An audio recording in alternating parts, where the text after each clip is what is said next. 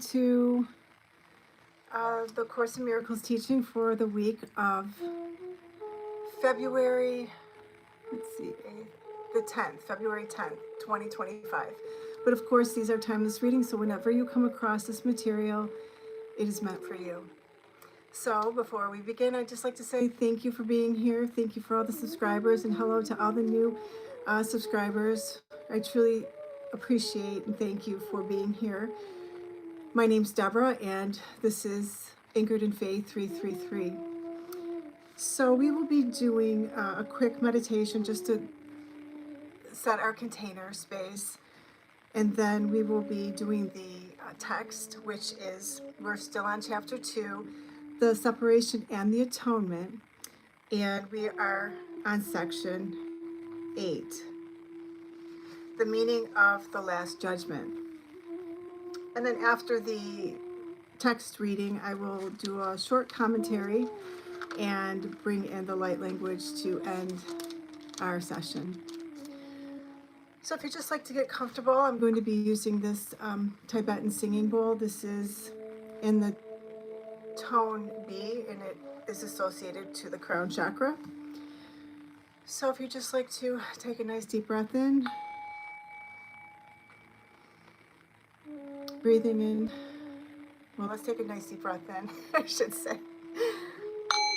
Let's clear the space here. Thank you, Spirit. Okay, we're gonna breathe in God frequency, and we're gonna release all the things that no longer serve us. Thank you, Spirit. Connecting and grounding into the 5D crystalline core of Mother Gaia.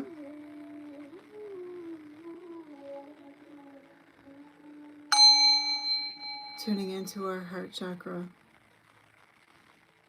Dropping out of the mind and connecting it into the heart.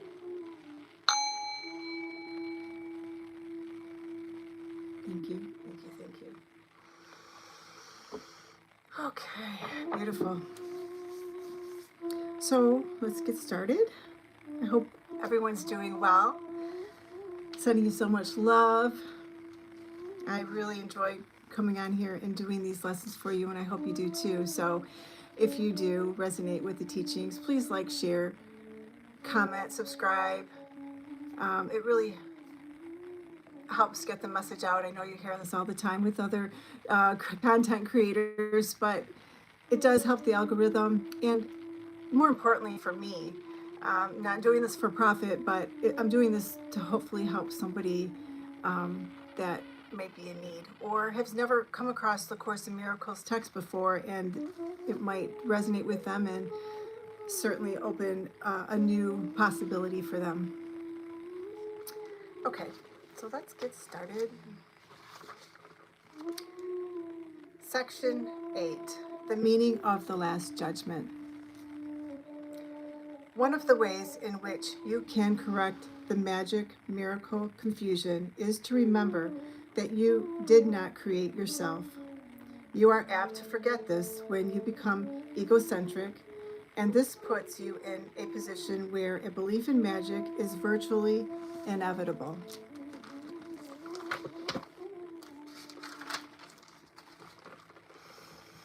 Your will to create was given you by your Creator, who was expressing the same will in his creation. Since creative ability rests in the mind, everything you create is necessarily a matter of will. It also follows that whatever you alone make is real in your own sight, though not in the mind of God. This basic distinction leads directly into the real meaning of the last judgment. The last judgment is one of the most threatening ideas in your thinking. This is because you do not understand it. Judgment is not an attribute of God. It was brought into being only after the separation, when it became one of the many learning devices to be built into the overall plan. Just as the separation occurred over millions of years ago, the last judgment will extend over a similarly long period, and perhaps an even longer one. Its length can, however, be greatly shortened by miracles, the device for shortening but not abolishing time. If a sufficient number become truly miracle-minded, this shortening process can be virtually immeasurable. It is essential, however, that you free yourself from fear quickly, because you must emerge from the conflict if you are to bring peace to other minds.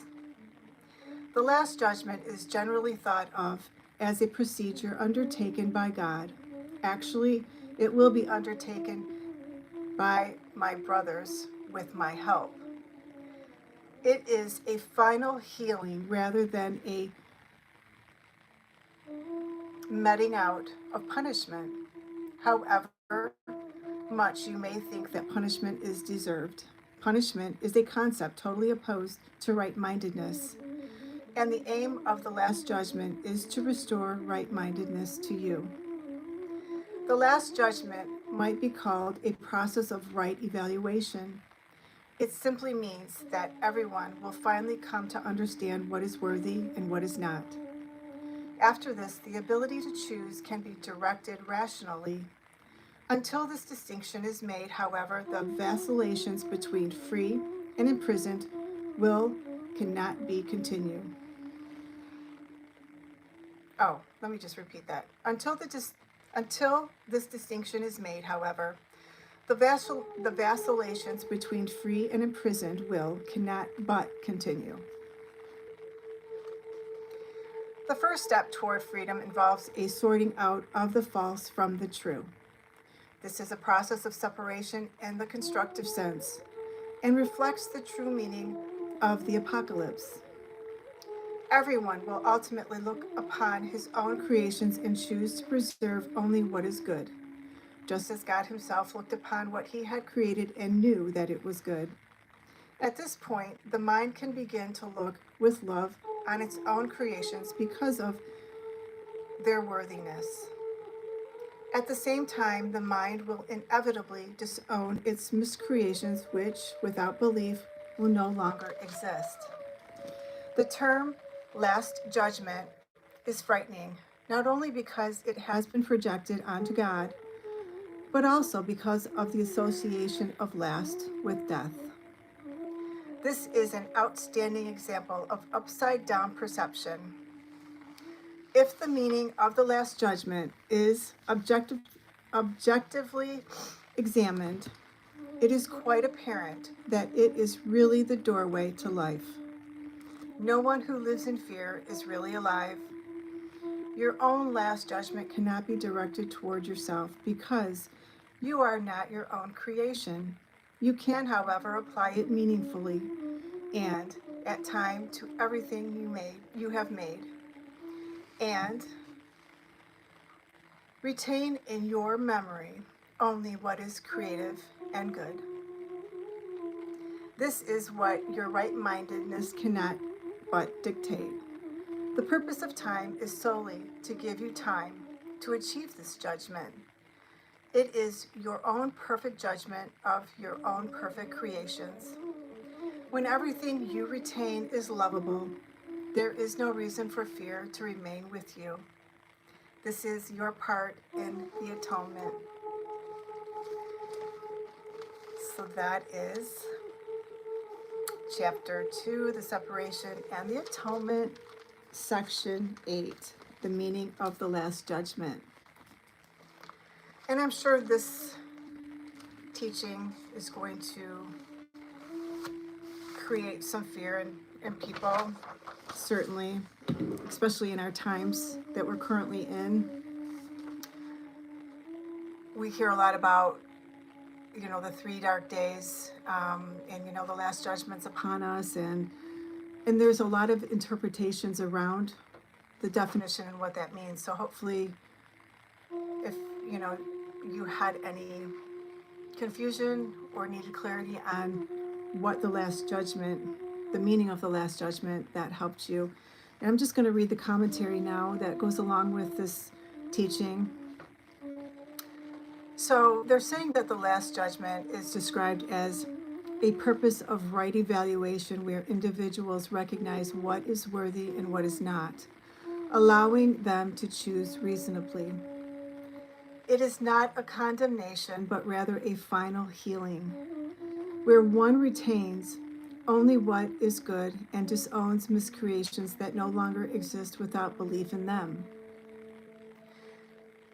So, to me, what this is, how the way I interpret this is that it is a self-examination. It is us doing all of that inner work, and that's what the Course in Miracles does, is it helps us get to the root of who we really are, and helps us recognize what is worthy and what is not. And it's going to be different for everybody, certainly. So I don't necessarily see it as the coming of, the end of the world. It's the end of who we know us to be. And I can certainly attest to that, because I have been going through some transformation and just stripping off another layer. So, and it's very uncomfortable at times. Work is not for the faint at heart, let me tell you. I certainly, there's been times where it's been hard, and the Course in Miracles has helped me get through that process. So that's why I encourage, I bring this content to you, because I know that this is a tool that can help us through our journey and through our ascension process, and help us just give us a little more ease and grace while we venture through these challenging times. So the A Course in Miracles explains further that the Last Judgment is undertaken by individuals with the help of others, and is a final healing rather than a punishment. It is a process where perception ends and the world is seen as totally forgiven, without sin, and purposeless, eventually slipping away to nothingness. Well, that really explains a lot in what's going on in my reality, because I feel like things have slipped into that nothingness phase, where, I spent my whole life trying to accumulate wealth and material abundance in the earlier stages of my life, before I was awake and before I started out on this journey. But since I've begun this journey, and this has been over a long period of time, I now find myself getting rid of all the things that I have spent years accumulating. And that's also metaphorically within me, within my being. And it's like, it's not that I'm not happy. I'm happy. It's not like a depressive state. It's just like, I look at stuff and it has a different meaning to me. It's like meaningless, quite honest, is what it feels like. And, I hope that if you are experiencing this, I send just a lot of love, because it's a very interesting dichotomy you find yourself in, especially when you're, vacillating between the fourth dimension, the fifth dimension, back to the third dimension. We're all over the map at times. So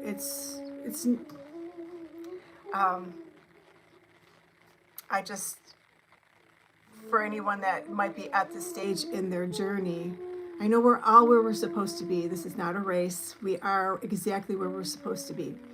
So, but if you are at this stage, just be easy on yourself, be kind to yourself, and let the Course help you in this process. And then, let's see here. And then the Last Judgment in A Course in Miracles is a metaphor for the end of the dream of separation and the awakening to one's true identity as a holy son of God. Limitless and pure. It is a time of salvation, where fear is released and peace and security and happiness is restored. So it's really self-evaluation, coming into your own,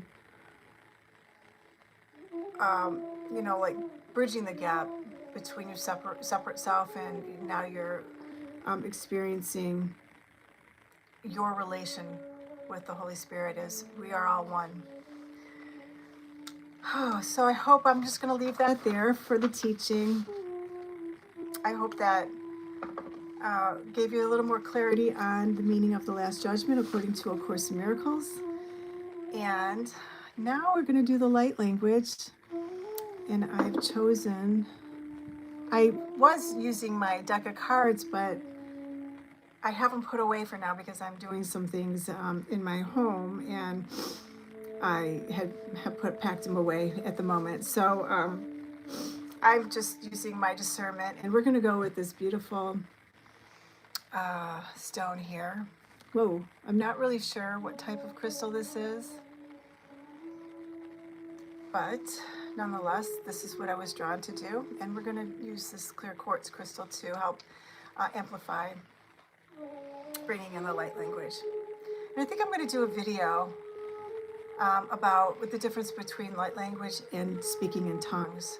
I really don't see that much difference in the two, is because I do both, but I think it would be a good video to help discern, differentiate between the two. But it is bringing through and being embodied with the Holy Spirit. And that's who we'll be working with today, the Holy Spirit and Ascended Master Jesus, to help us bring in the light language that goes along with the meaning of the Last Judgment. So if you just like to get comfortable, I know we grounded in earlier, but let's just kind of come back to our present moment, our awareness, back into our bodies. Take a nice deep breath in. I'm just calibrating my energy.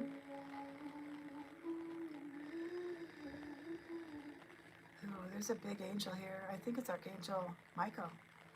I'm pretty sure that's who it is. And that would explain why I was drawn to use this blue crystal. The Sword of Truth. Okay. Dropping in, stepping aside, letting the Holy Spirit fill my vessel. Abarero obodo barero obadi odokodo ba ede barero goda barade do go di hobada da ho de do go ade bara haro barakodo jega de do okbabadi ho to ko where he ete ozo baba de bara barakoto o shikete pa e hete okowa hete para tato okuwa iti osadata ahapakate ito ukututu o kiti iti o iti okowa iti osakatati hete okotata hete okowa pati pare hore here hora hara gora ere here bare ere ro koe.